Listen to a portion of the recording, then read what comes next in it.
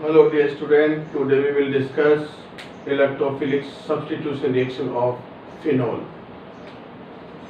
Phenol का molecular formula C6H5OH होता है और इसका स्ट्रक्चर फॉर्मूला इस प्रकार का होता है। दिस इज बेंजीन और ये बेंजीन पर एक हाइड्रोक्सी ग्रुप लगा होता है जिसे हम फिनोलिक ग्रुप भी कहते हैं। इसमें जो फिनोलिक ऑक्सीजन है वो sp3 हाइब्रिडाइज है और उसके ऊपर 2 लोन पे इलेक्ट्रॉन उपस्थित है और इसकी जो शेप होती है it has angular shape due to the LPPP repulsion and the bond angle between COH वो 109 डिग्री का होता है और the bond length present between carbon oxygen वो 136 पिकोमीटर होती है और फिनोल इज स्लाइटली पोलर, तो इसका जो डाइपोल मोमेंट होता है करीब करीब 1.540 होता है। So phenol has angular shape, bond angle और बॉन्ड लेंथ और डाइपोल मोमेंट इतना होता है। फिजिकल प्रॉपर्टी देखिए फिनोल की फिजिकल प्रॉपर्टी, तो in pure state it is white crystalline solid with the smelling of disinfectant.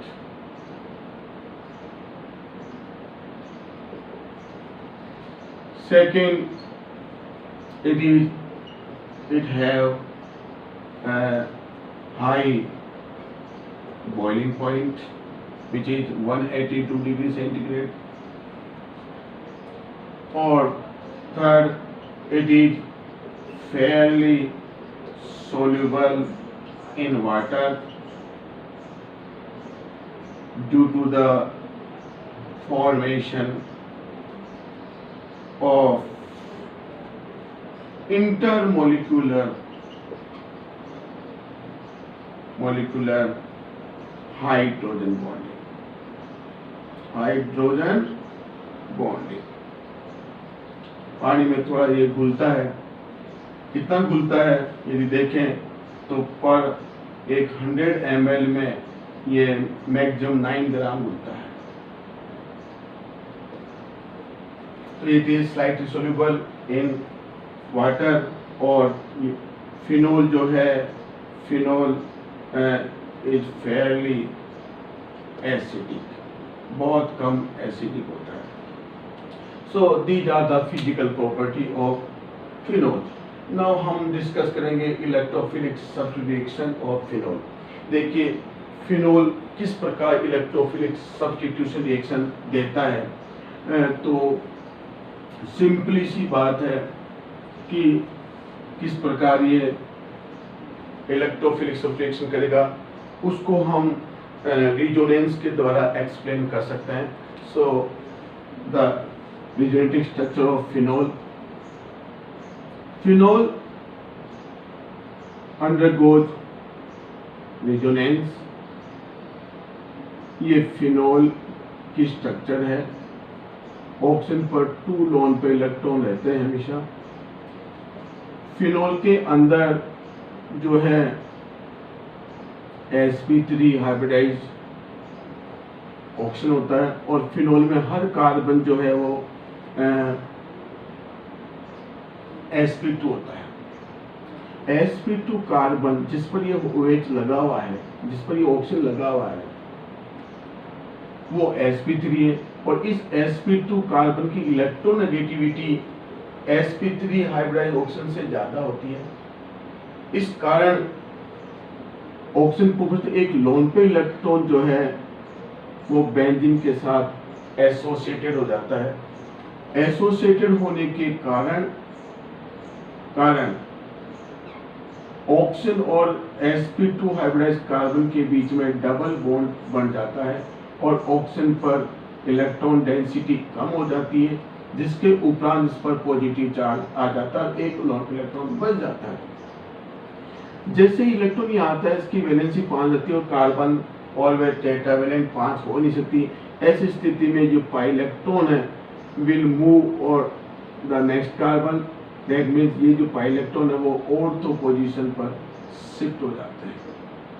ऐसी स्थिति में बेंजीन का जो 6 पाई इलेक्ट्रॉन का जो स्टेबल जो चक्र होता है वो टूट जाता है और बेंजीन रिंग के अंदर पाई 4 इलेक्ट्रॉन मूव करने लग जाते हैं। नेक्स्ट स्ट्रक्चर, ये जो कार्बन है, जो ऑर्थो पोजीशन जो काली कार्बन है वो sp2 से sp3 में कन्वर्ट हो जाता है और ये कार्बन जो नेक्स्ट कार्बन वो sp2 है, इसकी इलेक्ट्रॉन इससे ज्यादा है। तो ऐसी स्थिति में ये कार्बन जो है इलेक्ट्रॉन खींचता है अपनी ओर और इसके कारण इस sp3 कार्बन sp2 के बीच में डबल बॉन्ड फॉर्म हो जाता है और यहाँ पर वैलेंसी 5 हो नहीं सकती। ऐसी स्थिति में पाई इलेक्ट्रॉन जो है वो पैरा पोजीशन पर आके शिफ्ट हो जाते हैं और ये ग्रुप वैसा रहता है। सेम sp3 कार्बन है, ये sp2 है, ये पाई इलेक्ट्रॉन ये खींच इधर शिफ्ट चलेंगे और ये पाई इलेक्ट्रॉन आगे वाले कार्बन पर जाके शिफ्ट हो जाते हैं। तो ये हमने देखा कि यहाँ पर नेगेटिव चार्ज आ गया और पाई इलेक्ट्रॉन यहाँ फॉर्म हो जाता है और ये ऑक्सीजन H एक लोन पे इलेक्ट्रॉन और एक पॉजिटिव। फिर ये sp3 कार्बन ये sp2 है, फिर ये इलेक्ट्रॉन इधर मूव हो जाते हैं और ये इलेक्ट्रॉन यहाँ पर शिफ्ट हो जाते हैं। कुल 5 रिजोनेटिक स्ट्रक्चर बनते फिनोल में। जितनी ज्यादा रिजोनेटिक स्ट्रक्चर बनते किसी मॉलिक्यूल की, उसकी स्टेबिलिटी उतनी ही ज्यादा होती है और ये फिनोल बन जाता है। तो कुल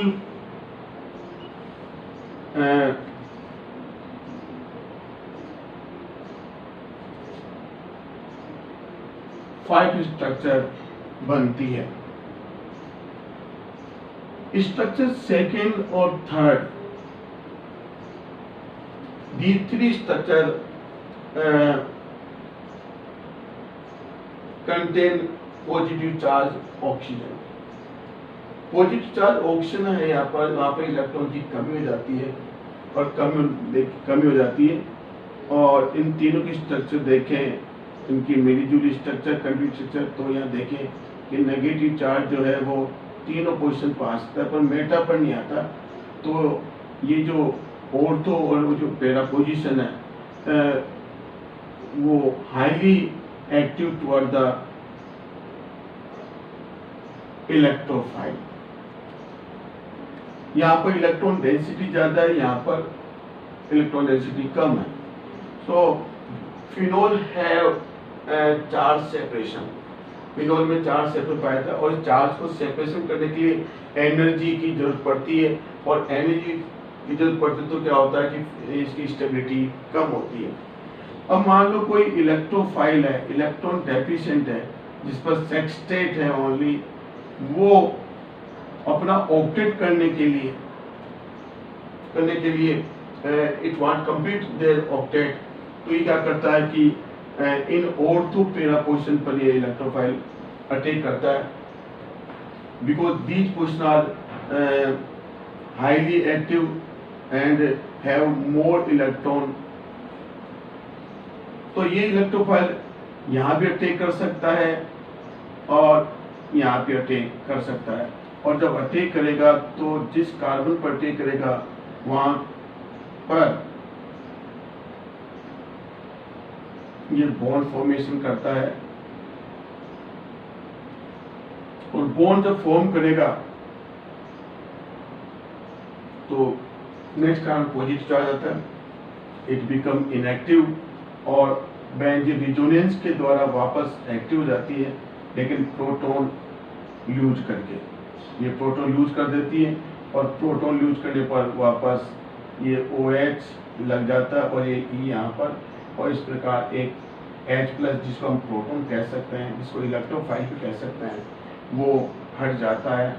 तो एक इलेक्ट्रोफाइल जुड़ता है और दूसरा इलेक्ट्रोफाइल हट जाता है। तो ये है electrophilic substitution. So the electrophilic substitution occurs at ortho and para position in phenol. So the OH group, the hydroxy group, act as a electron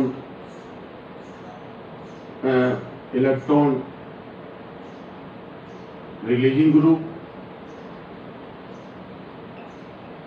That means it is a ortho and para directive, यानी जो para directive ऐसे group, ऐसे functional group जो benzene पर जुड़कर उसको electron provide करते हैं, उसको इलेक्ट्रॉन देते हैं, वो बेंजीन की रिएक्टिविटी को, वो रिंग की रिएक्टिविटी को बढ़ा देते हैं इलेक्ट्रोफाइल के प्रति। सो OH is a electron releasing group. It activates the ring and increase the electron density at ortho-para position. So the ortho-para site are highly active toward the electrophile. Then ortho and para product are formed. ये थी phenol की resonating structure. So it is clear from the resonating structure the electron it is clear from the resonating structure the electron density relatively higher at ortho and para position, and therefore the electrophile substitution reaction occurs preferentially at ortho and para position. Thus the hydroxide group is ortho and para reacting, and therefore the incoming group comes out at ortho and para position. कहने का मतलब ये है कि resonating से ये पता चल रहा है कि जो हाइड्रोक्सी ग्रुप है, जो फिनोलिक ग्रुप है, वो बेंजीन को इलेक्ट्रॉन दे रहा है। देने से इसकी ऑर्थो पैरा पोजीशन पर इलेक्ट्रॉन डेंसिटी बढ़ जाती है, और ये जो साइट है वो इलेक्ट्रोफाइल के प्रति बहुत ज़्यादा अट्रैक्टिव हो जाती है। ऐसी स्थिति में इलेक्ट्रोफाइल इन पोजीशन पर अटैक करता है, अपना ऑक्टेट कंप्लीट कर लेता है, क्योंकि सेक्स होता है, इलेक्ट्रॉन डेफिशिएंट होता है, और इस प्रकार से ऑर्थो पैरा प्रोडक्ट बनता है।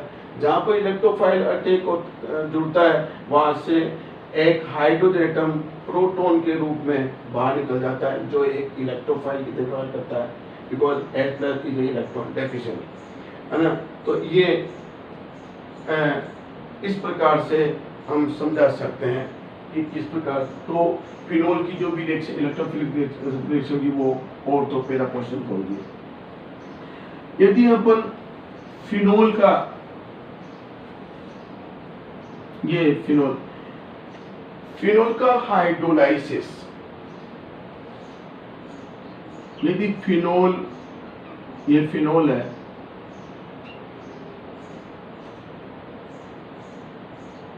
इसका हाइड्रोलाइसिस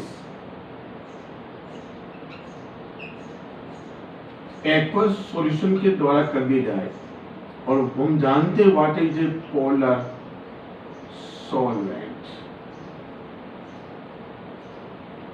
ये वाटर मॉलिक्यूल इस हाइड्रोक्साइड जो OH बॉन्ड गया है, इस OH ग्रुप क्या होता है, पोलराइज करता है। पोलराइज करने से क्या होता है कि जो OH के बीच में जो शेयरिंग इलेक्ट्रॉन है वो इस ऑक्सीजन के तरफ मूव कर जाते हैं, और मूव करने से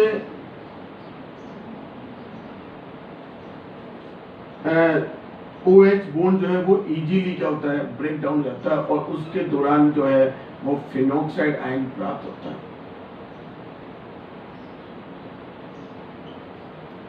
और हाइड्रेनियम, दिस प्रोटॉन जो H है वो प्रोटॉन के रूप में निकलता है, और this proton is taken by water molecule and form a hydronium ion which further dissociate in H plus and H2O। और ये जो फिनोक्साइड आयन है वो ये फिनोक्साइड आयन जो है it is more resonance stabilized than phenol. Phenoxide ion जो है वो फिनोल से भी ज्यादा स्टेबल है, इसको भी हम रेजोनेंस के द्वारा एक्सप्लेन कर सकते हैं। So let's draw the resonative structure of the phenoxide ion. ये फिनोक्साइड आयन की रेजोनेटिव देखिए आप। फिनोक्साइड आयन के अंदर ऑक्सीजन पर नेगेटिव चार्ज होता है जो इसको एक्स्ट्रा स्टेबिलिटी प्रोवाइड करता है क्योंकि इलेक्ट्रॉन डेंसिटी हाई है, जबकि फिनोल के अंदर जो है पॉजिटिव चार्ज होता है ऑक्सीजन के ऊपर जो इसको वीक बनाता है। इसमें भी वही है कि the phenoxide ion the negative charge oxygen is sp3 और जिस कार्बन से लगा हुआ है वो sp2 है और sp2 की इलेक्ट्रोनेगेटिविटी ज्यादा होती है। इस कारण क्या है कि ये क्या करे, ये जो है वो एक जो लोन पे इलेक्ट्रॉन जो ऑक्सीजन पर है उसको क्या करता है अपनी ओर खींचता है। तो ऐसी स्थिति में क्या है कि एक double bond is form between the phenoxide ion end of carbon और इसके ऊपर 4 इलेक्ट्रॉन बच जाते हैं क्योंकि जैसे इलेक्ट्रॉन ये देता है इस पर पॉजिटिव चार्ज आएगा और ऑलरेडी नेगेटिव तो पॉजिटिव नेगेटिव सेम तो ये क्या होता है कैंसिल आउट हो जाता है। ये ऐसी स्थिति में यहाँ पर जैसे इलेक्ट्रॉन आता है तो फिर ये इलेक्ट्रॉन यहाँ ऑर्थो पर शिफ्ट होते हैं और ये पहली स्ट्रक्चर है फिनोक्साइड आयन की। और इस प्रकार दूसरी स्ट्रक्चर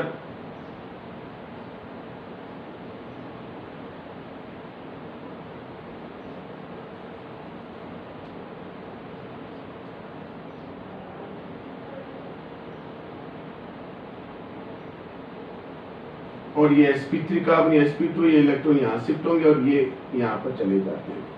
तो यहाँ पर एक डबल बॉन्ड फॉर्म करता है, ये इलेक्ट्रॉन पैरा पोजीशन पर शिफ्ट हो गए और इस प्रकार फिर ये sp3 ये sp2 और ये इलेक्ट्रॉन इस कार्बन के बीच में शिफ्ट हो जाएगा और ये पाई इलेक्ट्रॉन यहाँ चले जाएंगे और इस प्रकार से ये इलेक्ट्रॉन फिर ये sp3 ये sp2 इसकी इलेक्ट्रॉन ज्यादा है, ये इलेक्ट्रॉन यहाँ इसको अपने अनुसार अट्रैक्ट करेगा और फिर ये ऑक्सीजन और ये अपना ये तो इसमें भी तो these are the 5 closeted structure of the phenoxide. ये first second third fourth and fifth. तो फिनोल में और फिनोक्साइड में कुल 5 स्ट्रक्चर बनती है, लेकिन उसके बावजूद भी फिनोक्साइड आयन जो है वो ज्यादा स्टेबल है। इसका रीजन यही है कि फिनोक्साइड आयन के अंदर जो है ओनली नेगेटिव चार्ज से कुछ होता है, हर जगह नेगेटिव चार्ज होता है, मतलब हर जगह everywhere the electron density are high. और जबकि फिनोक्साइड आयन के अंदर स्ट्रक्चर सेकंड और थर्ड एंड फोर्थ में जो है पॉजिटिव चार्ज रहता है जिसको कमजोर बनाता है। इसमें चार्ज सेपरेशन होता है, इसमें चार्ज सेपरेशन नहीं पाता। इसमें जो ऑक्सीजन वो पॉजिटिव चार्ज है और इसमें ऑक्सीजन जो नेगेटिव है, ये इसको यहाँ इलेक्ट्रॉन डेंसिटी ज़्यादा है, यहाँ इलेक्ट्रॉन डेंसिटी कम है। So phenoxide ion more stable than phenol. So we can say that the hydroxy group, तो हमने ये देखा कि फिनोल जो है जब वाटर जब उसको पोलर सोलर में इसको हाइड्रोलाइज करते हैं तो ये फिनोक्साइड बनाता है और फिनोक्साइड आयन बनाने के साथ में ये सॉल्यूशन में प्रोटॉन रिलीज करता है। ये इसकी एसिडिक नेचर को शो करता है और एक फिनोल से ज्यादा स्टेबल जो है फिनोक्साइड आयन बनता है। तो वाटर जो है वो उसको ज्यादा पोलराइज करता है जिससे प्रोटॉन रिलीज का जो रीजन है ने बोला जो द प्रोटॉन इज इजीली बाहर निकल जाता है. So we can say that the hydroxy group in phenol is directly attached to the sp3 hybridized carbon of benzene, which act as an electron withdrawing group. Due to the high electronegativity of sp2 hybridized carbon of phenol, to which hydroxy group attached, electron donating on oxygen decreases. The polarity of hydroxide, the polarity of the OH bond increases, and resulting the ionization of the OH bond increases. As a result, the H plus ion can be easily released.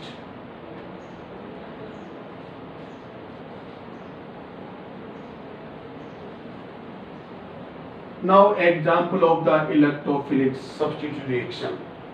First हम बात करेंगे, first हम ले रहे हैं bromination.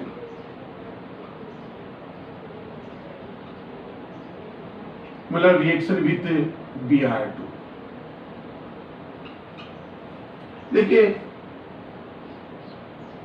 Phenol की जो reaction है, यदि हम Br2 की रिएक्शन गैस से कराई जाए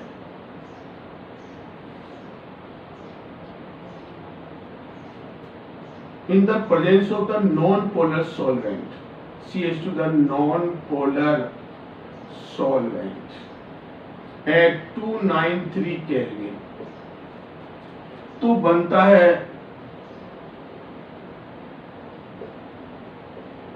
orthobromophenol and parabromophenol और HBr निकलता है. इस रिएक्शन के अंदर Br ब्रोमोनियम आयन जो है वो इलेक्ट्रोफाइल है. इसका नाम है ब्रोमोनियम आयन. ये हो गया ऑर्थोब्रोमोफेनॉल और इसका आईपी नाम हो गया 2-ब्रोमोफेनॉल. और ये है पेराब्रोमो, क्योंकि पेरा को उसमें लगा फिनॉल, और आईपीसी का 1 2 3 4, तो ये हो गया 4-ब्रोमोफेनॉल और इसका आईपी नाम लिखा हुआ है. लेकिन यही रिएक्शन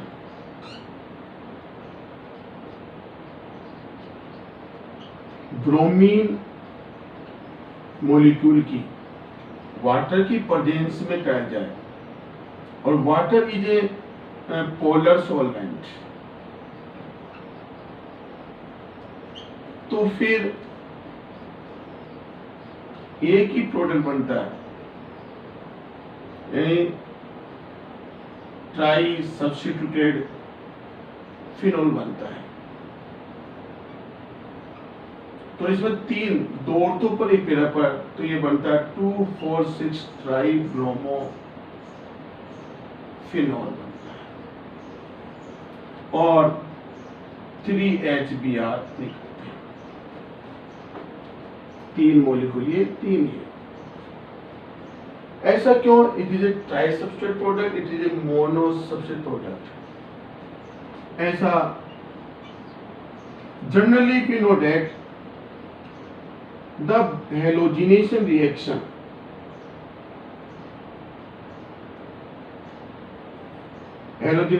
सपोज कि ब्रोमीन का बेंजीन का ब्रोमीन करें, तो generally the halogenation reaction are carried out in the presence of Lewis acid. Lewis acid की प्रेजेंस होती है. मान लो Lewis acid कोई भी ले लिया, FeBr3, यहाँ पर क्लोरीन लेते हैं तो यहाँ पर FeCl3 लेते हैं. इसके अलावा आप AlCl3 भी ले सकते. These are the Lewis acid. Lewis acid करते क्या हैं? ये जो ब्रोमीन है, क्लोरीन है, उसको पोलराइज करते हैं, क्योंकि they are electron deficient, they act as a Lewis acid, they are electron pair acceptor. और तो जनरली ये जो रिएक्शन होती है वो जो हेलोजिनस रिएक्शन है, चाहे ब्रोमिनेशन हो चाहे क्लोरीनेशन, वो हमेशा लुईस एसिड की प्रेजेंस में होती है। लेकिन ये लो ब्रोमो फिनोल बन गया, यदि यहाँ क्लोरीन होता तो क्लोरो बेंजीन बन जाता, और इस प्रकार से HBr निकल Br+, और ये H+ को हटा देता है।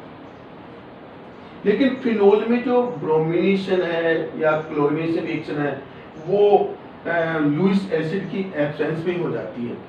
इसका रीजन ये है कि बेंजीन के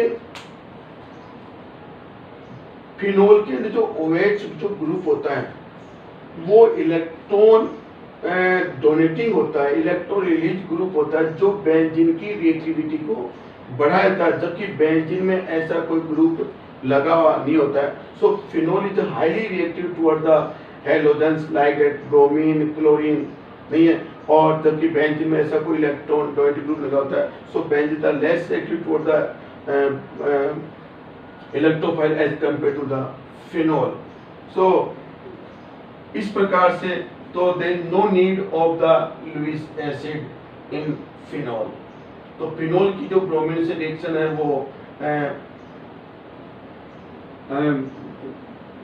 क्या कहते हैं उसको, लुईस एसिड की एब्सेंस में हो जाती है। So now we can say that in aqueous solution ये सब क्यों हुई, उसका रीजन ये है, इसका रीजन ये है कि जो वाटर है, वाटर जो है अभी देखा हमने कि वाटर जो फिनोल को, जो फिनोल है उसको बहुत ज्यादा क्या करता है, पोलराइज कर देता है। पोलराइज करने से क्या होता है कि जो OH बॉन्ड में जो इलेक्ट्रॉन है वो ऑक्सीजन की तरफ क्या होता है, सेल्फ इलेक्ट्रॉन जो ऑक्सीजन की तरफ क्या होता है, मूव कर जाते हैं। मूव करने से क्या होता है कि ये बॉन्ड कमजोर हो जाता है और H इजीली बाहर निकल जाता है। इसलिए ट्राई सब्स्टिट्यूट प्रोडक्ट बनता है ना। और इसमें क्या होता है कि ये जो है वो नॉन पोलर होता है, वो इसको ज्यादा फिनोल को ज्यादा पोलराइज नहीं कर पाता, पदार्थ को फिनोक्साइड में कन्वर्ट नहीं कर पाता, इसलिए ज्यादा इलेक्ट्रॉन डेंसिटी नहीं बढ़ पाती इस कंडीशन में। जबकि वाटर की उपस्थिति में ये फिनोक्साइड में कन्वर्ट हो जाता है और ज्यादा इलेक्ट्रॉन देने लग जाता है बेंजीन को, जिससे बहुत सारे Br+ bromonium ion which are electrophile जो है वो बेंजीन पर ज्यादा मात्रा में अटैक करने लग जाते हैं, जिसे ट्राई सब्स्टिट्यूट प्रोडक्ट बनता है। That means in aqueous solution the phenol ionized to give phenoxide ion. Due to the presence of negative charge, the oxygen atom of the phenoxide ion donate electron to the benzene ring to a large extent. As a result, the ring get highly activated, leading to the formation of trisubstrate product.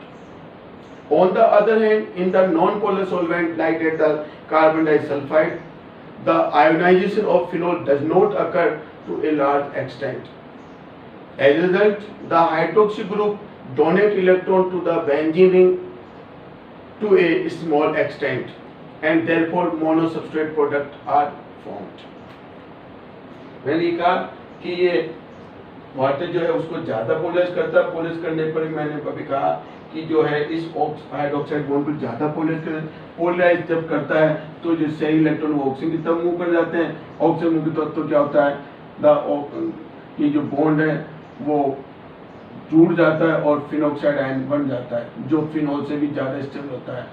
इस प्रकार, और ये phenoxide ion की electron जो है donate करने की tendency positive charge phenol की तुलना में ज़्यादा होती है, और यहाँ पर बहुत ज़्यादा इलेक्ट्रॉन डेंसिटी आ जाती है, जिससे बहुत अधिक संख्या में ब्रोमोनियम आयन जो है वो बेंजीन पर अटैक करना शुरू करते हैं, जिससे ट्राई सब्स्टिट्यूट प्रोडक्ट बनता है।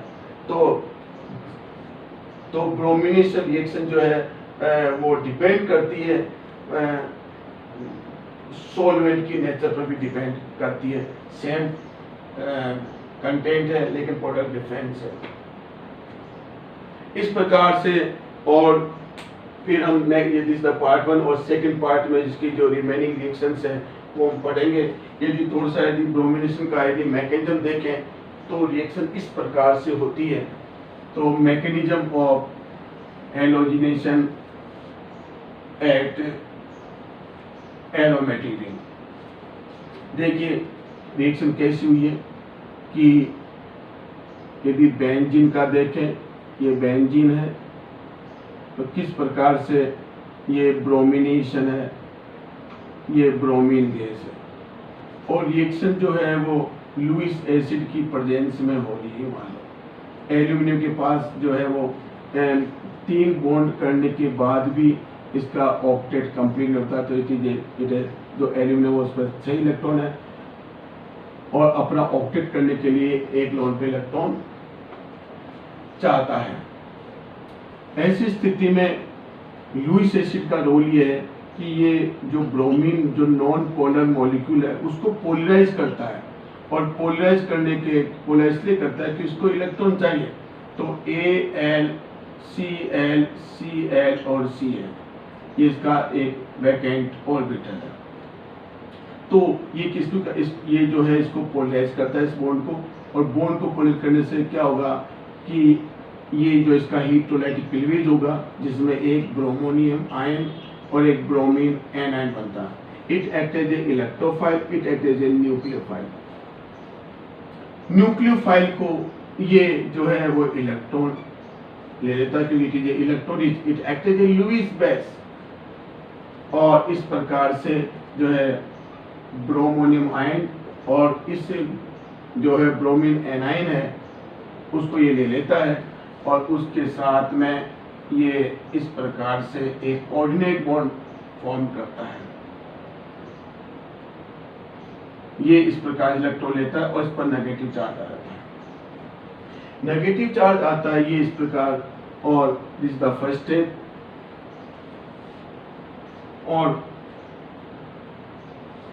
और ये ब्रोमोनियम आयन जो है इलेक्ट्रॉन रिच बेंजीन पर अटैक करता है। To complete their octet it has 6 electron species. ये इसके पाई इलेक्ट्रॉन पर अटैक करता है, और अटैक जब करता है तो ये इट इज एक्टिव, और ये इसका जो इसमें 4 पाई इलेक्ट्रॉन बच जाते हैं, इट बिकम इनएक्टिव। यहाँ पर H प्रोटॉन और ये इलेक्ट्रॉन लेकर इसके साथ में एक कोवेलेंट बॉन्ड फॉर्म करता है, लेकिन इस पर पॉजिटिव चार्ज और इसके पॉजिटिव चार्ज जो ये स्पीशीज वो इनएक्टिव हो जाती है। और फिर इस पॉजिटिव चार्ज कार्बन जो है इसका जो अफेक्टिव न्यूक्लियर चार्ज ज्यादा होता है। इस स्थिति में पाई इलेक्ट्रॉन जो है वो को अपनी ओर खींचता है, और खींचने पर जो है यहाँ पर पॉजिटिव, यहाँ पर डबल बॉन्ड फॉर्म, और ये वैसा का वैसा रहता है, और ये Br, और पॉजिटिव चार्ज यहाँ पर जाता है, और फिर अगेन इसकी इलेक्ट्रोनेगेटिव जो है कोई चार्ज इलेक्ट्रोनेगेटिव जो है वो डबल बॉन्ड कार्बन के से भी ज़्यादा होती है due to the short size and high effective nuclear charge. So pi electron shift at the positive charge carbon and double bond carbon, और next structure are form positive charge shift here, और यहाँ double bond and H and E Br. This positive charge again attract the electrons. This carbon, but there is no any pi electron here, so the bond break now between the carbon and hydrogen, और ये pi electron will shift here, and H hydrogen atom release H in form of proton, और इस प्रकार से एक proton release होता है which act as electrophile, और इस प्रकार ये ब्रोमो बेंजीन मोनोसब्स्ट्रेट बेंजीन बन जाती है। और this H plus reach at the AlCl4 minus ion Br minus, और उससे anion लेकर HBr एंड AlBr3 वापस वैसा हो जाता है। दिस इज द मैकेनिज्म, यही फिनोल का मैकेनिज्म होगा। बस इतना सा अंतर है कि उसकी तुलना में ये जो OH है विच डिसाइडेड, क्योंकि ऑर्थोपेड है और इस ब्रोमीन को ये डिसाइड करता है कि तो it is ortho para directing, so the bromine जो ब्रोमोनियम आयन है विल अटैक ऑन ऑर्थो और पैरा पोजिशन। तो सेम मैकेनिज्म होगा फिनोल का। Thank you. यदि वीडियो पसंद आए तो उसको लाइक और सब्सक्राइब करना मत भूलना। Thank you.